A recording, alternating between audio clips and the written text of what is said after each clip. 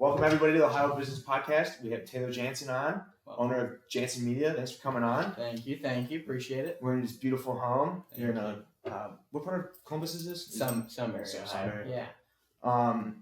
So you just said that you're doing your media business full time now. You want to kind of give us the scope of it and just what goes into that? Yeah. So it's Janszen Media. It's digital marketing and web design company. So essentially, we build companies' websites and we market after. So not only do we set up their site and get them foundationally sound, but we drive people to the site and we actually get everything going for their marketing. Okay. And how do you kind of drive, users to the site? Yeah. So after we build the site, we do a few things. I offer search engine optimization, which is setting up the site for keywords, ranking for them on Google organically, which is free traffic. It's essentially just my time and our expertise setting it up. And then the second one is pay-per-click advertising. So you're essentially every single click, every user to the site you're paying Google for. And that's an instant way to get traffic. Okay. Are you pretty proficient with Google? Is that your main focus for? Yeah. So Google, Facebook's another big one for paid advertising. So it just depends what type of business you are. If you're more of a service-based business, Google AdWords may be better. And then if it's something more of a visual type company, then you're going to get traffic drive through Facebook. Okay. So you said you just moved full time. What were you kind of doing? What is it? Zebra. Zeba. Yeah. Beautiful dog. Thank you. What type of dog is it? It's a black German Shepherd. There you go. What was I gonna say? So what were you doing before you did this full time? So kind of my background is I went to Miami of Ohio, graduated 2013, and my whole experience has been around graphic design and photography and video. Right outside of college, I actually worked for a digital agency. So for 3 years working there, I kind of learned the SEO, PPC, social media, the entire digital realm. And then working 3 years there, I moved on to a company called American Freight and started in their paid advertising department, SEO, eventually ran their digital department, and then helped launch their e-commerce business. So that was kind of my background, and the whole time working at American Freight, I was able to grow my business on the side, and then it just was time to start up my own thing. How long have you been doing Janszen Media part-time? Yeah, so I think actually yesterday it said it was my 3-year anniversary. Oh yeah, I did see that. Yeah. Congrats, man. That's awesome. Thank you. Yeah. So how have you been able to drive to get clients for the media, your media company? Yeah, so that's one thing I'm always trying to grow. So I just like networking with people, and a lot of my business has been word of mouth and referral based.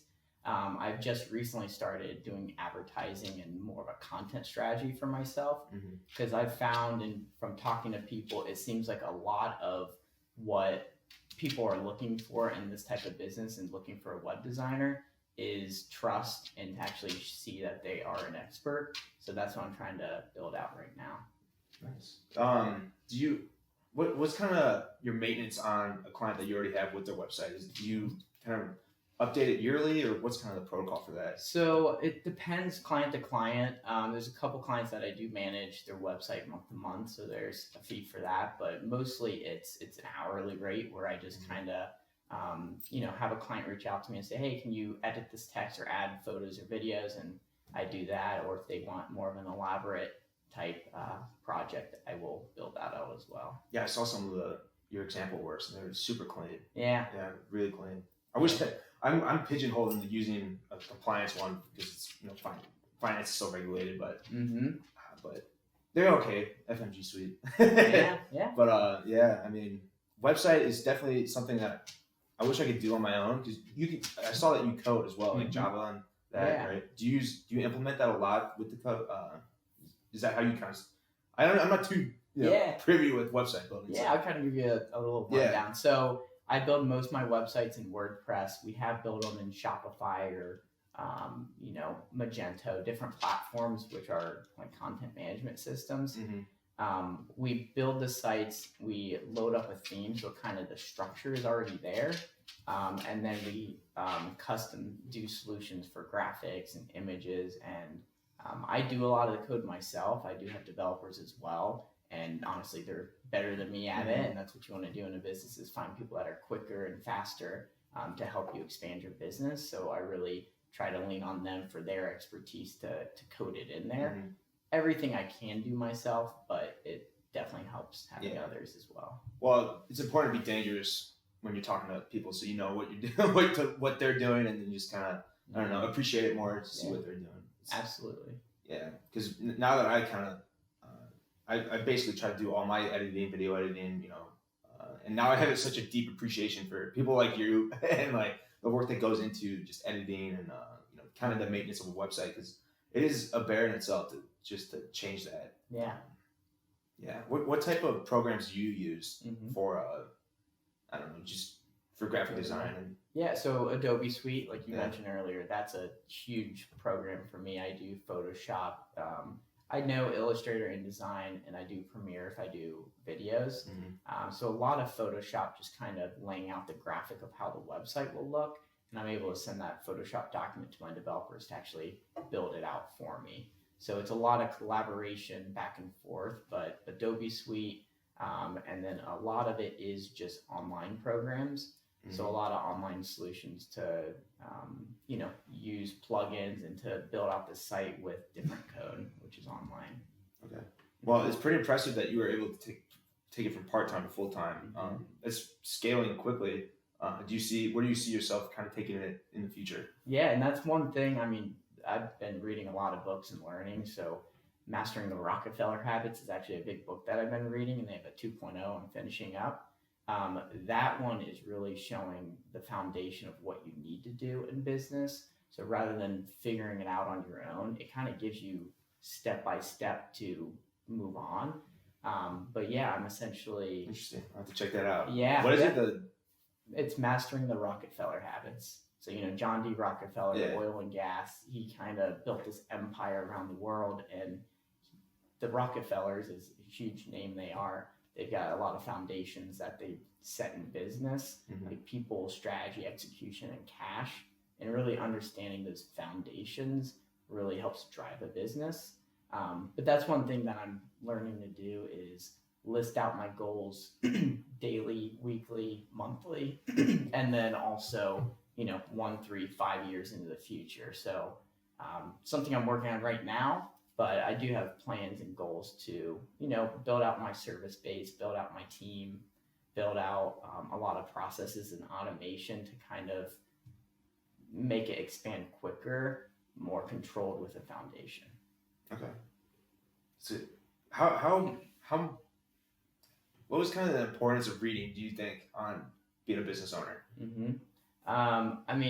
Growing up, I was never a reader. Our parents would send us to a room, ground us, and say, "Go read a book." We'd just sit there in silence. Yeah, we're not. Big I'm not reading. But now I totally see that. Reading every day, which I need to do better at. But reading as much as I can. Like this year, I probably read 6 or 7 books, whereas last year maybe 1 or 2, and the year before like 1 or 0 and 0 before that. So I'm finding that the more I read, the more you learn. It's usually when people write, they write it more concisely in a book and have people proofread it and finalize it. But yeah, reading I think that's been one of my foundations to growing this business. I think there was a summer in college, when I was in college, I read so many books right before I bought this business, my business. And I read probably like 30 books in that year, and I feel I just did it because I don't know, I just was so sick of like searching on Netflix and YouTube. You got to constantly search for content, and I was like, I heard a quote, it's like, a book's great because you have entertainment for a week or 2 weeks.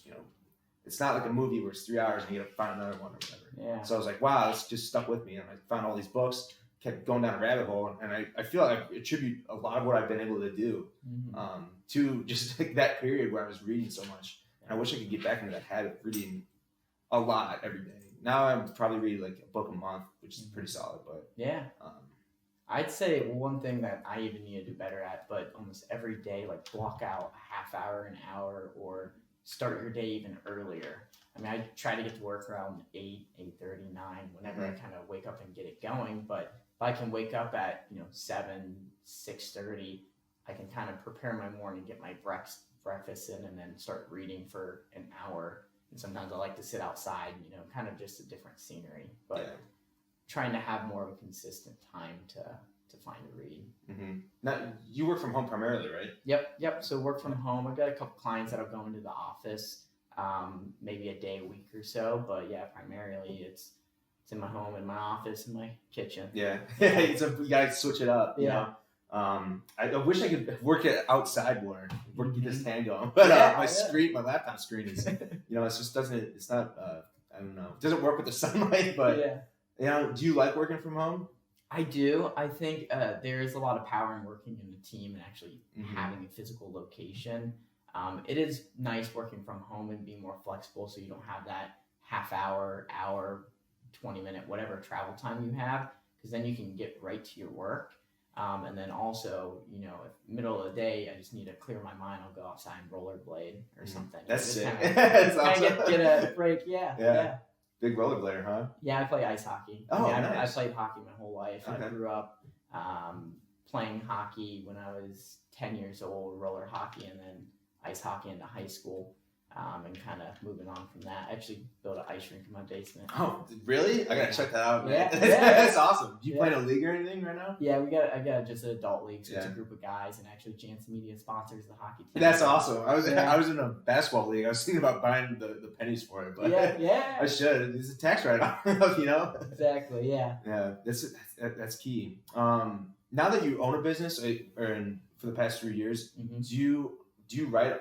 Have you been able to take that as a tax write-off? And yeah. I mean, that's one thing. Learning to figure out what's a tax write-off. I definitely say seek expert advice. Like, I've got a CPA. Obviously, I'm not doing all this myself. But asking them little things like, hey, I'm going on vacation to Colorado to go skiing, but it's with an entire group of my business people. Can I write this off? And they say, well, as long as you're talking about business, you're doing business, you can write off the flight, you can write off the place you're staying in, but the tickets for the ski lift, it's that's kind of debatable. So it's understanding where the fine line in business is to actually figure out where write-offs are. That's what I wish more people would realize, is the possibility of what you can write off as an LLC or whatever entity you are.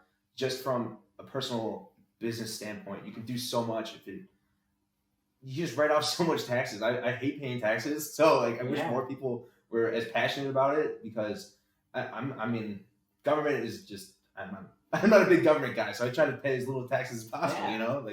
That's what Amazon does, and they scale so much, and there's so much you can write off from a business standpoint, from just living a personal life, just buying stuff and living some of your daily habits.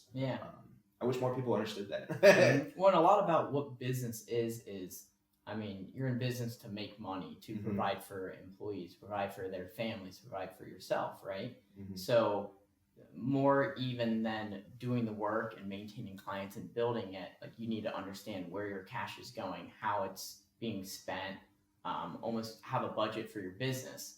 And in tandem with that, you should have a budget for yourself. You don't budget for yourself, you don't know where your money's going personally, it's going to be hard to know where all your money's going in a business.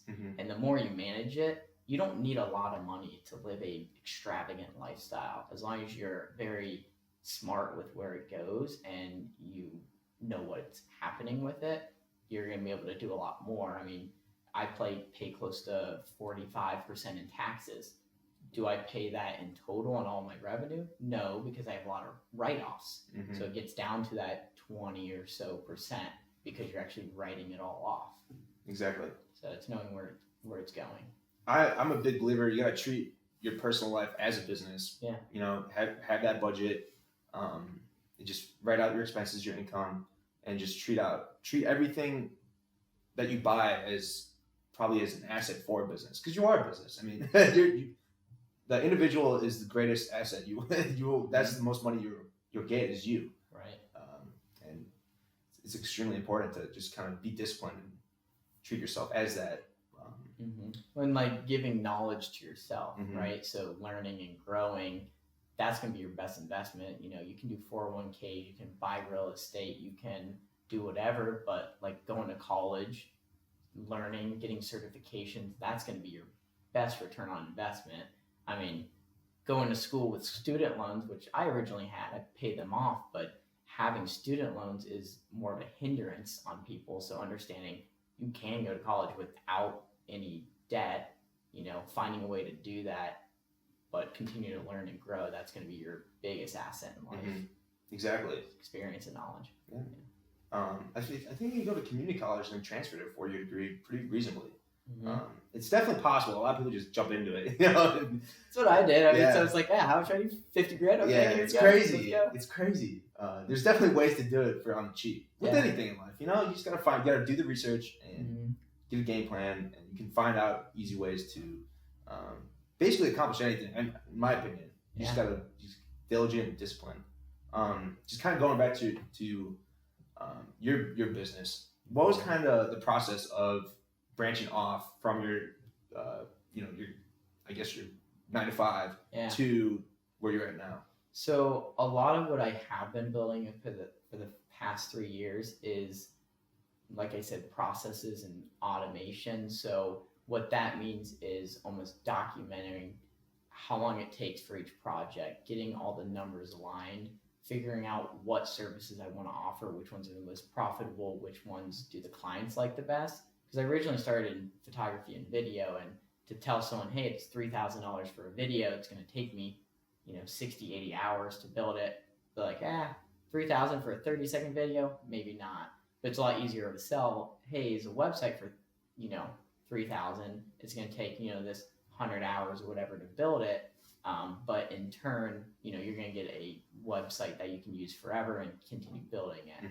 But yeah, building out those processes, kind of building on, the foundation for the company and setting it up. I've had a lot of people help me in terms of contractors and a lot of support. So finding those people to help.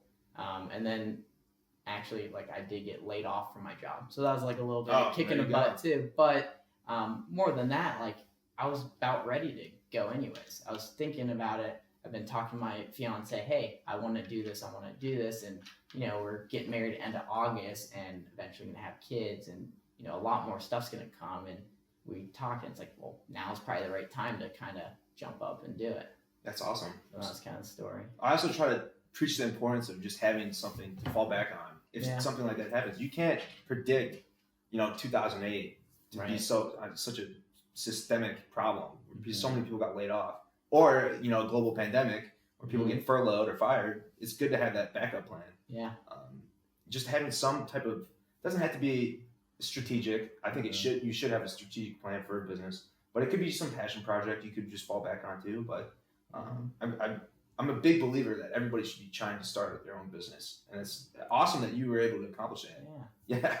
It's always been a dream of mine. Always to be my own boss, which come to find out, when you are your own business person, like your clients are your boss. And, you're not solely your own boss depending on what you're doing, but you do get to make all your decisions in business. You get to set your pricing structure, telling, employees like how to do work or how you want to do it yourself. So you have a lot more control, but there's also a lot more stress involved. There's a lot more things that you don't think about till you jump into it. But yeah, it's been a blessing for sure. Do you have some type of process where you kind of just cut off work and just kind of, I don't know, enjoy your free time, or like, what do you do? So that's a learning process for me right now. I mean, a lot of the times I do try to work as much as I can, but I've recently had someone reach out to me, which is like a coaching service, and he's pretty much went through 3 or 4 times with me to teach me, hey, you gotta, work whatever hours you want, whatever you feel comfortable with that you're happy with, but then you do gotta, break it off, spend time with family, because that's ultimately what the most important thing is. And I try to do, around a 9 to 5. Sometimes it does go 7 or 8 a.m. in the morning to, 5, 6, 7. And then my fiance is going to school full time. So, when we put the kid to bed, then you can kind of, do some more work for 2 or 3 more hours in the evening. So it depends. Yeah. I find it weird working from home because I usually just wake up and get into it, and then I fluctuate between like, depending on if I work out in the morning, but 6 to 8, and then I just get into it, and then usually I have a hard cutoff at 4, but obviously if it goes over, but yeah, it's I don't know. I want 2 phones because it's so hard to separate and just always be on call for everybody, and it's just, I don't know. That's one thing I don't like about probably being a business owner, is just always being on call, definitely on weekends, but you just gotta learn to, I don't know, separate the two somehow. But sometimes you need to do that. I mean, be on call because you want to, provide the best experience for your clients. But there's a lot of value in, like, recently, a week ago, 2 weeks ago, I went camping with my fiance's family, and I had a couple clients like, hey, can you do this? Can you do this? I'm like, hey, I'm camping. Yeah. Like give me a week and I'll get it all done for you this following week. And I did. But there is certain things that you got to almost say, hey, I want to enjoy my life also. That's one of the reasons I'm working, is to have a good life. Yeah, great point. That's a great point. Sometimes it's hard though. But. Yeah, it is. Wow, what was I going to say? What is some successes, some failures that you've learned from? Good question. Successes, I'd probably say, like closing clients, I guess you could say, like almost not everyone, but a lot of the people that come to me that are warm leads, that are referral based, I feel like I've been very successful with almost like getting a website to help them out and then continue services. So just in terms of a close rate, that's been a good success. Failures, I'd say, on the flip side, sales and marketing, I've tried cold calling, cold emailing. I've never cold called before, and that was an experience because pick up the phone and say, hey, this is Taylor at Janszen Media. I looked at your website, you need a website. And they say, oh, you know what? We got people for that. Click. And you're like, wow, I was not expecting that. And it's a little bit of a wake-up call to kind of go through that. I'd say that was a pretty big failure, but myself included. Cold calling was something that I think everybody should do, but I don't think it's just, you can't do it in today's day and age. Yeah. Cold emailing too seems difficult because I myself, if I don't know the person, if it's not a client, I just exit, delete it. But cold outreach is definitely the hardest. Yeah. So I'd say that was one, and then almost like the cold email, it's somewhat of a numbers game. Ideally you like to send 100 emails, 250 emails. You're gonna have a couple warm leads and maybe one closes, but it sometimes doesn't work like that. You gotta have a perfected pitch, and you gotta have a good sales approach. And like I was saying earlier, like my business, you kind of have to show you're the expert in the industry rather than just calling someone and say, hey, you need a website, or emailing them, you need a website, look at your website. People don't want you to like slam them. They want you to tell them how you can help. And a lot of it is showing value and providing value for others. But yeah, that's sales and marketing. Like I said, it's a success and a failure. Are you using ads for your business? I think you said you were kind of ramping that up, right? Yeah, so I just recently, in the last week or so, I just kind of slowly did some Google ads, some Facebook ads to just kind of promote it. I've been doing somewhat of a content strategy, so writing blogs and coming up with a social media strategy to have more consistent social posts, because honestly, I'm not the best social post person, but having it a little more organized and like laying it out and say, hey, I've got 10 social posts for the next 2 months. It's a little bit easier than waking up and be like, oh, I need to do a social post today. So being prepared. Yeah. I've recently been trying to do post every day on Instagram. Now I'm doing it. I've learned, I was just waking up and doing it, but now I'm like finding like a kind of a category and then sticking with that theme and then planning out those posts. And I'll write out just the post itself, which is pretty quick. I mean, but just create the content in block, so I'm not worrying about it. But yeah, the content strategy is key. Yeah, I mean, they say content is key, and still to this day, I feel like it is. If you look at, like, I do a lot of SEO, search engine optimization, and a lot of people are like, what the heck is search engine optimization?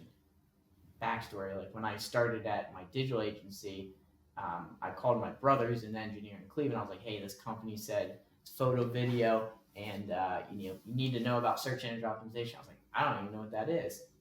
I was told the same way. Yeah, you gotta do this. And what it is essentially, it's like a plethora of things. You need a social media strategy, you need a content strategy, you need to actually provide value for people, you need to create videos, you need to optimize for keywords, you need a YouTube channel, you need everything. And the more you have, the more value you're providing. That's what SEO is. Mm-hmm. So it's not like sometimes companies come to me and say, hey, I want to rank at the top of Google. It's like, well, I can get you up there tomorrow if we do pay-per-click advertising, but right when you turn that off, you fall off of Google. Mm-hmm. If you want to organically rank, you have to build the whole content. Mm-hmm. So the strategy behind it is very time-consuming, but it's also very profitable and valuable. Mm-hmm. Do you use My Google Business? Mm-hmm. Yeah, so a couple things. Setting up My Business, that's going to give you like a local presence. Mm-hmm. And another thing that I just recently set up for myself and clients I've been setting up is local listings. So you think about it, there's Google, there's Facebook, there's Apple Maps, there's Yellow Pages, there's Mm-hmm. White Pages. There's actually hundreds and hundreds of these listing providers. Oh, dang, I didn't even think about that. And you need to have your what's called a NAP, name, address, phone number, NAP. You need to have that consistent across all of them. Mm-hmm. And that's how you can rank locally and in places. So Okay. that's another SEO strategy. It's just all of it just goes in the bucket. So I try to post daily on My Google Business page too. Is there like a strategy for that? I don't know if you want to delve into that, but Yeah, I'd say I don't do it as much even for clients. It depends because Google does change their algorithm, and before they did have like Google Plus, right? Yeah. And that was Google Plus was their Google's Facebook, their Instagram, LinkedIn, whatever. And that kind of flopped, and Google saw their numbers were dropping. Nobody's using it. Nobody knew how to use it, even though it was confusing. Yeah. And they dropped it off. But with Google My Business, one of the value propositions is, like I was saying, that local listings. When you type, Clay Financial and your little listing pops up on the right side, you can do posts, and when people type in your brand name, they see your posts. So it's almost just like another place for content. And yeah, like I was saying, for the SEO value, the more you do, the better it's going to be. Yeah, that's what I was thinking. Because I think I rank fairly high for it. But I think it's because I was posting daily and I was like adding, invest or whatever, and just like calling out or whatever, just doing that. I think I built it up correctly where I could do that. Yeah. Then begging people for reviews. Begging for them, just asking nicely, Yeah. whatever it is. It's like, hey, can you leave me a review on Google? And then you're like, hey, I need one on Facebook. I'm a slave to the algorithm, please. Yeah. Help me out. Smash that like button. Yeah. Subscribe, smash the like button. You got to do it, though. You got to do it. Is there anything you kind of want to tell listeners just on maybe your journey or just words of advice or just anything that you want to? Yeah, I'd say be like a person, right? You want to actually provide value for people. Don't try to sell everybody. That I know that was one thing I tried to do is like, hey, get a website, buy a website, and that's not how you do it. You want to be a person. You want to provide value for people. You want to, actually make that connection. So in business, that's exactly what it is, and there's multiple ways of doing it through social media, through an actual phone call, a FaceTime, an in-person meeting. There's a lot of ways you can actually be a person, and I'd say, just kind of be true to yourself and try to do good. And yeah, there's I've noticed that you got to give out a lot of free will, and it'll come back in spades if you had the business long enough. Yeah. But there's small ways to provide value daily to people, just reaching out for just generic questions. But you gotta give. What is it? You gotta spend money to make money, but you gotta. I don't know. It's kind of wrapped up. I don't know how to put it together, but I mean that's one thing. Like I had a couple kids ring the doorbell, and of course I've got a black German Shepherd, a scary dog, and ruff, ruff, ruff, ruff, and these kids are like, hey, we're offering dog walking services, and they're like 10, 12 years old, and I was like, that's kind of cool, like entrepreneur type stuff, and they hand me a little note card that is pretty much written up, and I was like, oh, that's kind of neat. And one thing I was like, well, maybe I can like help design them a flyer and say, here you go. And then I was talking to my fiance, and she's like, there's been a couple like kids around town that like want to be entrepreneurs. So maybe make a community Facebook post and say, hey, I'm running a little, networking business thing for, anywhere from 10 to 20-year-old kids that want to learn about design and marketing and sales, and kind of teach them one or two things. If they learn something out of it, then it kind of provides value. Yeah. So almost doing something like that, and then maybe their parents are business owners. Yeah. They need a website, so I don't know. How long are you doing that? I haven't yet. Okay. That's one thing I think in the last week we just thought of it. And Yeah, that's a good that'd idea. That'd be kind of cool to, provide value Yeah. again. Be a good person, show the younger kids how they can be an entrepreneur. Yeah. How can the people find you? Social media, websites? Yeah. So you can find me online if you Google or go to janszenmedia.com. It's Janssen. Got to spell that because we got a little Z in the name. But social media is all the same. I've got Facebook, Twitter, Instagram, LinkedIn. My name's Taylor Janszen, so you can Google that, and I'm all over the internet. And then, find me and connect with me, and I'd love to at least sit down and talk with anybody that wants to. Well, this has been the Ohio Business Podcast. Once again, this is Taylor Janszen. Make sure to check him out, connect with him, follow him, give him a review. Yeah, Google reviews. Thanks for coming on and having me in your beautiful home. Thank you. Appreciate it.